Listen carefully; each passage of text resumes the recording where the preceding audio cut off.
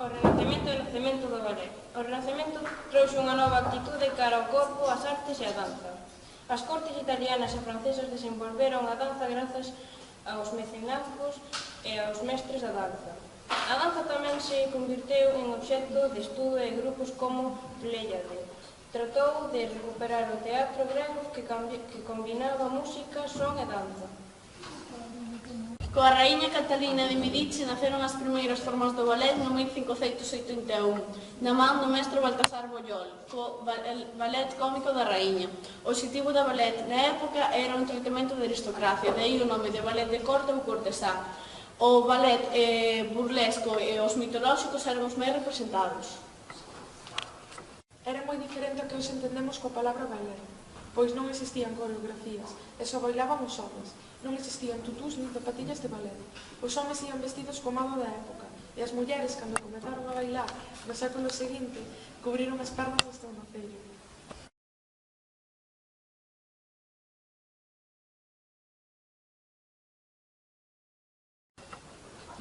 As grandes innovacións na danza no século XVII orixináronse na corte francesa de Luís XIV.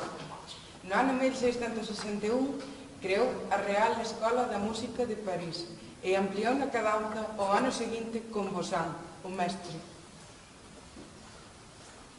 En 1700, Paiolet creou o primeiro sistema de notación da danza de historia, e así como comeza o estudio da danza coas 5 posicións que se seguen ensinando nas escolas de danza e academias na actualidade. O estudo da danza coñécese comúnmente entre os estudosos contemporáneos como estilo nobre francés ou belle dance, é dicir, bela danza.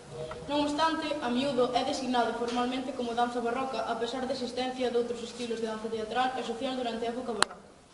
A mesma danza empregábase tanto nos eventos sociais da corte como nos teatros públicos. Lembremos de todos os xeitos que a época dorada deste ballet é no reinado de Luís XIV, con decorados espléndidos e bailarinos nun principio só masculinos, adornados con luxosos vestidos e máscaras. El mesmo intervía como bailarín nas actuacións de ballet e por iso foi denominado Rei Sol, por facer de Apolo no ballet de la Nuit. Dramaturgos como Molière e músicos como Lully colaboraron na creación de algunhas obras para este monarca. Pero nesta época é importante a profesionalización dos bailaríns que sustituíron os nobres e cortesáns que bailaban, así como a presenza das primeiras mulleres na danza profesional a finais do século XVII.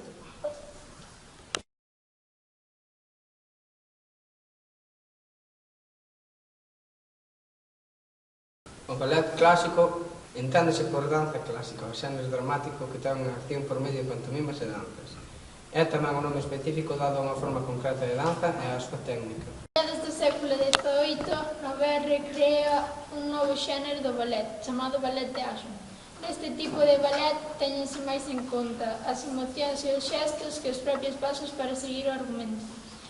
Neste tipo de ballet teñense en conta as vestimentas básicas e a desfanse das perrucas e as máscaras. Nos séculos seguintes converteuse nunha disciplina artística e regrada e foi adaptándose aos cambios políticos e estéticos de cada época, como por exemplo no século XIX. O ballet romántico reflexe o culto da bailarina e a loita entre o mundo terreal e o mundo espiritual como no famoso Lago dos Cisnes. No século XX destaca o ballet ruso que busca un dinamismo da danza. Coas danzas modernas potenciase na actualidade a equilibrio da expresión.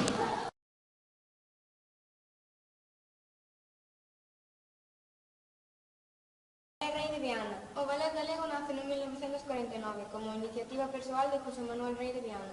Dende neno creceu e formouse con ese objetivo.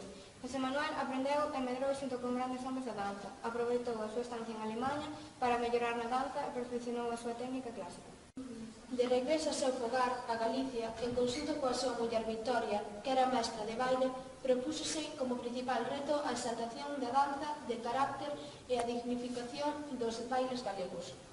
Para iso, recorreu Galicia, para ver as características das danzas populares, lendas e tradicións, que utilizaría nas súas coreografías.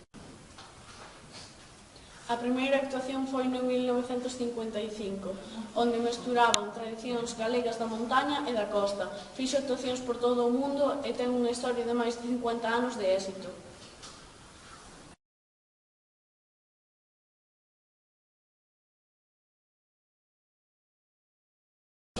folclórico galego. Eduardo Alves da Costa está ao cargo da agrupación que pretende ser o oco deixado por o ballet galego Rei de Viana, unindo a conservación das raíces culturais galegas co espectáculo.